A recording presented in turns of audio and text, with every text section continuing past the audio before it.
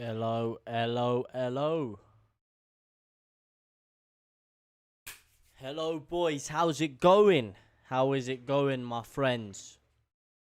It is time that we talk about the big game tomorrow. I know it is late, but I am unable to sleep right now because finally the Premier League has returned. How was it watching that Arsenal versus Brentford game? An absolute cracker, might I add. Brentford pressing the living hell out of them. If you haven't seen my Premier League prediction video, then make sure you check it out. I did predict big things for Brentford. I did say that they are going to be the best of the newly promoted sides, in my personal opinion. And that is exactly what I did see today. And hopefully we can take a leaf out of their books and smash one of the self-proclaimed Big Six tomorrow. And it is, of course, our old rivals, our bitter rivals, Manchester United. And unfortunately, we are going to be going into it without some key players. And Manchester United may also be going into it with some key players missing as well, which is a good caveat to that. And speaking of that, I think it's time that we do go through what exactly those players are going to be. Let me see if this is still going to work, if I can get the injuries and suspensions up on my screen.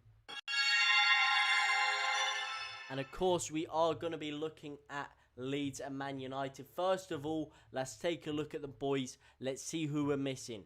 We are going to be missing Diego Llorente. He is going to be out with a knee injury, and it's proposed that he's going to be out for another couple of weeks. However, it's not too bad. I do have a lot of faith in Pascal Struijk. I also do have a lot of faith in Robin Koch, and I'm very excited to see how they play together. How would you play it, though? Would you not play Koch? Would you instead go for Liam Cooper? Or would you rather go out with the German international out there? I'd love to see how you guys think about that. I'm kind of twisted, to be honest. Part of me wants to put Robin Koch in there, but then again, there is Captain Liam Cooper. He's a big personality, he's a big character, and you're going to need those big personalities in a big game like this. So part of me is really contemplating sliding him in there. However, I do think I would go with Struijk and Robin Koch myself. We're also going to be missing Junior Firpo, it seems. Now, that is very, very, very disappointing. It says potential return 14th of the 8th, which is tomorrow, which is saying Firpo could return tomorrow. However, it is unlikely that he is going to play. And this is very, very concerning because he's missed already 2 preseason games now. He's potentially missing this game. We've only just signed the guy. Please don't tell me this is another JKA situation where he just cannot get himself fit, cannot get himself able to play under that Bielsa system. We already heard how he said that he's already learnt more and it's already been a lot more tough on him in these 2 weeks alone that he's had at Leeds compared to the 2 years he had at Barcelona. Hopefully, it's not too hard on his body either. Then, of course, there is for sure the human sick note who hasn't been fit for about 2 years. So that's no miss. No return date as expected. And then there's Jamie Shackleton, who, although he came on last time at Old Trafford at half-time for Calvin Phillips, wasn't having a great game. Again, not a very important miss. However, now we go to Manchester United. You see here 9 injuries, and there's one big one, one real big one that I'm really hoping is still going to be out, and it is Varane. I'm not sure if they have registered him yet. Here we go. He is out. I can't say that I'll be involved tomorrow. I can probably say that we won't be able to be trained with us. The big hold up with the isolation and quarantine, of course, he has been in Manchester. So that is massive, massive, massive news. Rafa Varane is going to be missing from the game.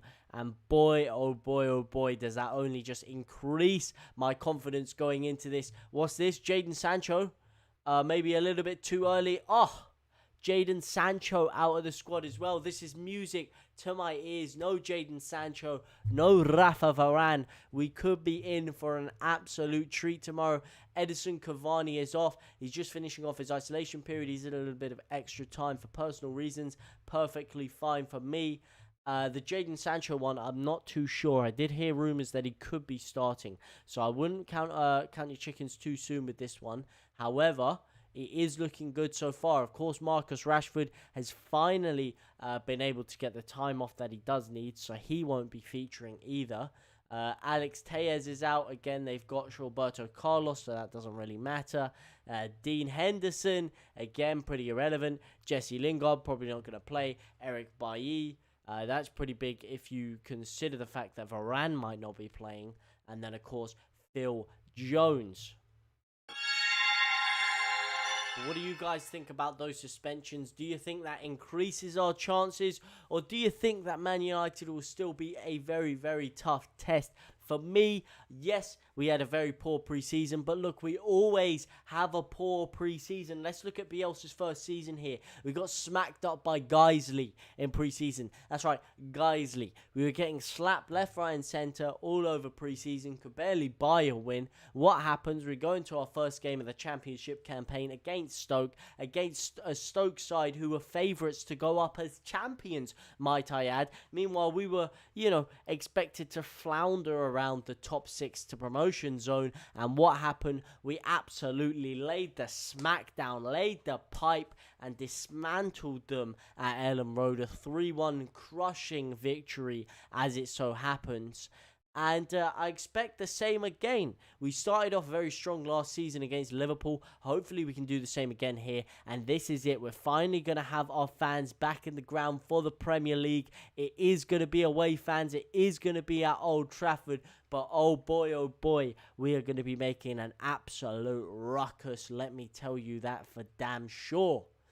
And I'm expecting big things, and if you are a betting man and you do want to put some money on the line, let me tell you where you should be putting your money. And you should be putting your money on a Rafinha goal, you should be putting your money on a Jack Harrison assist, and you should be putting your money on a Patrick Bamford brace. I'm not too confident to say he's going to get a hat-trick, but hey, I do think he will get a couple of goals. Now, the main problem we had last time playing Man United at Old Trafford is the fact that their stadium is so much bigger. Their pitch is probably one of the biggest in the leagues, if not the biggest in the leagues, by quite a considerable margin.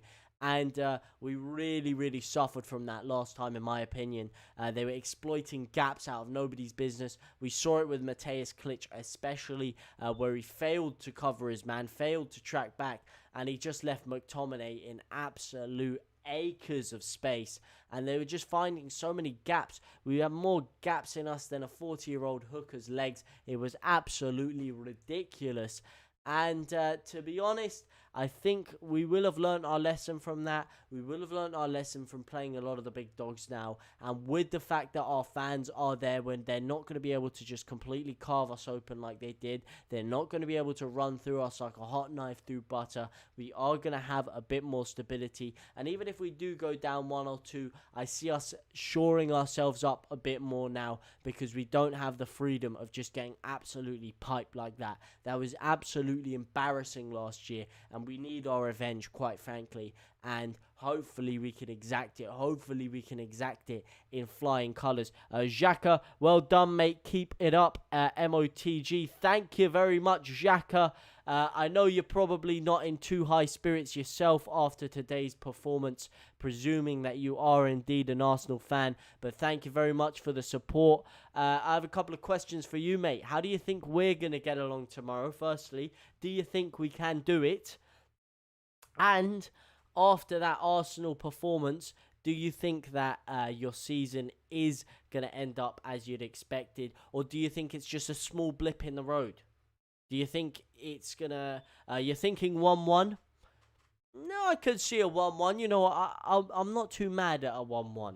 I'm not too mad. After the way we got absolutely slapped last time we played them at Old Trafford, a 1-1 is not too bad, let me tell you. However, I would really like to beat these boys. I'd love it. I don't know if you know too much about the rivalry, because obviously we've been out of the league so long, but I would compare it to the Arsenal versus Tottenham. That's that kind of hatred, that kind of bitterness. It's a very long esteemed rivalry between Man U and Leeds, and there's no one I'd rather beat than those guys. But like I'm saying, Rafinha, I'm very excited to see how he can do here. He's had another year to develop to English football. He's had another year to develop under Bielsa, and there's only big things coming from him. Jack Harrison is only getting better and better and better each year. Again, our midfield is going to be a problem. Hope you win, mate, W. Thank you. So do I, my friend. So do I, and it's always good to see Man United lose, isn't it? No matter who you support, especially if you're an Arsenal fan as well, because Arsenal and Man United also have a bit of a tumultuous history, to say the least.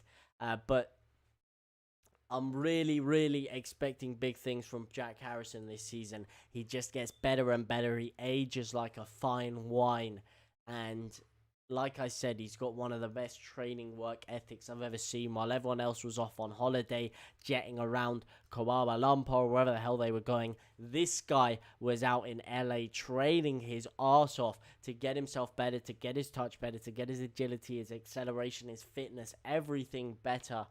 And hey, I really, really, really do have a positive feeling about tomorrow. Speaking of Jack Harrison, last time we played them, he did miss an absolute sitter, might I add. Of course, that ball coming across, it could have made it about, I believe he could have made it 6-3 at the time. Leeds fans are so crazy loud. Exactly, we are. And finally, we're going to be allowed back into the stadiums. It was such a crime to not only have our championship winning campaign ripped away from the fans right at the end, but then to have our first year back in the big time ripped away from the fans yet again is an absolute crime. And now finally we're going to be allowed back in to support our team. And you guys are going to see what a proper atmosphere is. You're going to see what it is. When you come to Ellen Road, oh, there's going to be nothing like it. We're going to be hosting Everton in just a week's time. And boy, let me tell you, the stadium, the roof on that stadium is going to be absolutely blown off. Great to have you in the Prem. Indeed it is. I agree myself. I just love, instead of playing the Carlisles, instead of playing the Scunthorpes, instead of playing the Ipswiches, we get to play the Arsenals, the Tottenhams, the Evertons, the Manchester Uniteds, the Chelseas, the Manchester Cities. It's just so much more enjoyable. And boy, like I said, there's nothing more enjoyable than playing Manchester United. 16 years was too long indeed. It was way too long, my friend.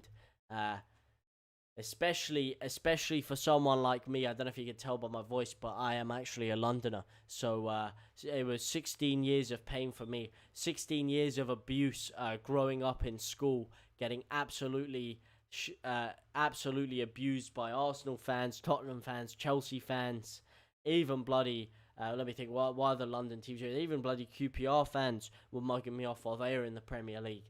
A lot of abuse just coming my way. And it was 16 long, hard years. But finally, we're back. Finally, the fans were allowed back in, at least. We, of course, had last year. And hey, this could be our push for Europe. I really, really feel confident. And let me know what you guys think down below. If you think that Leeds can push for Europe. If you think we should start as we mean to go on. I am going to quickly go through my predicted 1 to 11. We're going to start in goal with the main man, Meslier. Just signed a new contract until 2026. The guy is an absolute beast between the sticks. And believe me, they're going to have a hard time getting the ball past him. He is growing and maturing with every single game that he plays. He's finally learned to catch the ball from set pieces. And I really, really am expecting a clean sheet from him tomorrow. In the defensive partnership, I'm going to be going with Robin Koch and Virgil van Strijk. Two absolute beasts. Virgil van Strijk again, another year of development under the bank for him. And boy, that guy is an aerial beast. Hello, I was at Brentford versus Arsenal. Sam Morley, how are you feeling? Sam Morley's chicken. You must be absolutely buzzing. Your first year back in the Premier League. Your first game back in the Premier League. And you start it with a victory over Arsenal.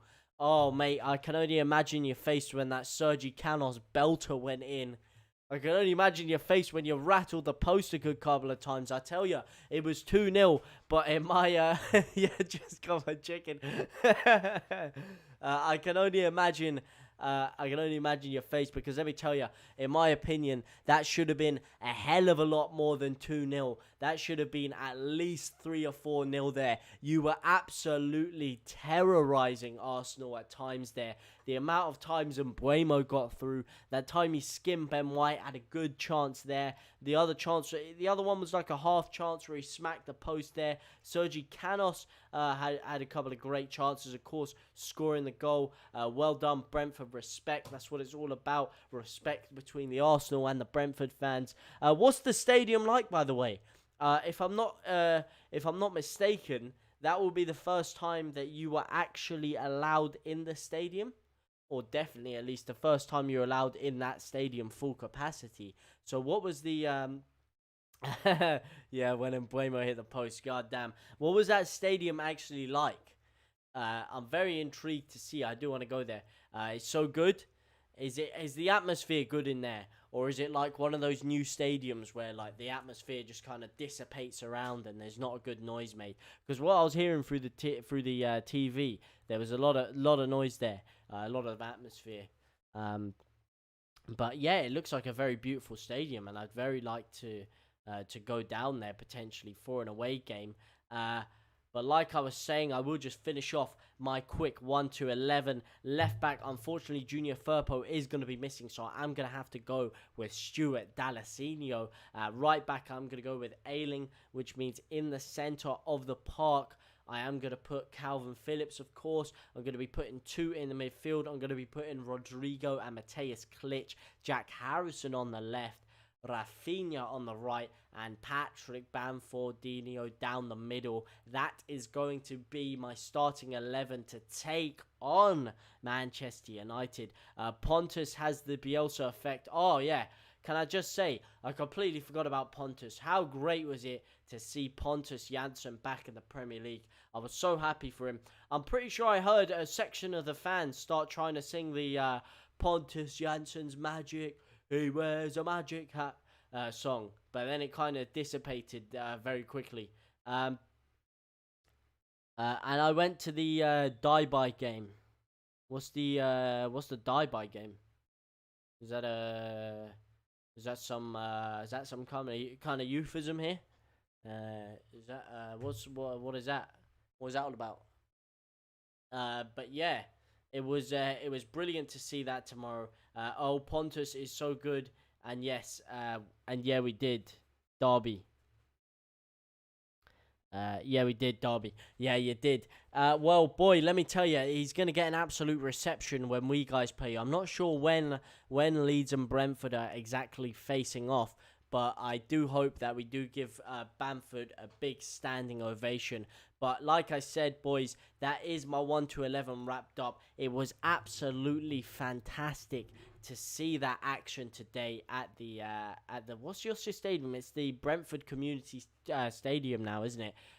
It was absolutely brilliant to see the atmosphere there, to see the fans, just the little things, like when someone's running through on goal and they're about to score, and you hear the and then there's like that minute pause, and it's like, hey! The limbs, all those little kind of things, you miss it, and you don't realise how much you miss it until it's back. And boy, club football is finally back after a long 1.5 year hiatus, and we're going to see it tomorrow at 12 o'clock at Old Trafford. At home for Brentford, it is the last game of the season. Okay, yeah. But that was like 10,000 fans let in.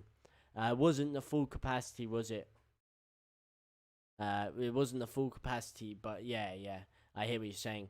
But thank you guys very much for joining me, by the way. It has been an absolute pleasure talking about these couple of games. I'm sorry that I am going to have to cut this preview a little short, because it is, of course, 12 o'clock, and I do have to be 16k were there. Yeah. What's your capacity? Your capacity is hang on a sec before I do go. Let me just Brentford Stadium capacity. Wait, it's 17k. I thought it was bigger than that. Wait, So you had 16k there last season. What? No way. No way you had literally a full capacity game last season. That's ridiculous. We were only allowed like 10%, like 20%. That is absolutely ridiculous if you were allowed 16k there last year.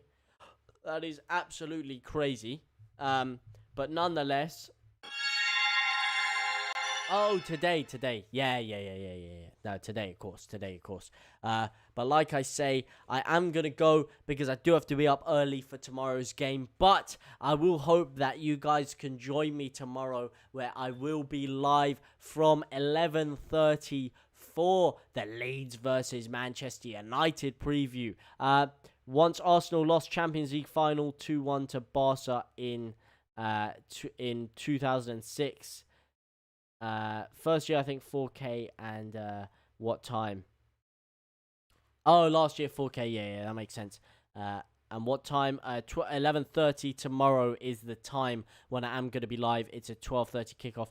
Oh, you're at training? That's no worries, mate. That's no worries. Like I said, the game starts at 12:30. It will be a couple hour stream. So hopefully, if you're back from training, maybe for the second half, I'd love to see you join me there. And hopefully, by the time you join, we will be leading them. And Alan Cassell, as you say, Arsenal lost the Champions League final. I do vaguely remember that. Being 5.5 years old, and ever since that did happen, it has been an unfortunate decline from that. That did coincide with them, of course, spending all that money on the Emirates Stadium, having to go into severe debt, and it's all surmounted in them losing their opening game against a newly promoted Brentford side, and not just losing it, getting their asses absolutely handed to them. I'm a goalkeeper. Oh, good man, you must be tall. Must be a hell of a lot taller than me. I'm a midget. I've played pretty much every single position but goalkeeper because I'm too small. Yep, I'll be there. And come on, my boys, for Leeds, my friends, support Man U. What a bunch of frauds. Get them out of here. What a bunch of frauds. Nah, but like I said, yep, 4-8. Wait, you're 4 for 8? Yep, 4'8" I am. Yo, well, 4 for 8 isn't very tall. Wait, it depends how old you are. Oh, okay. That makes that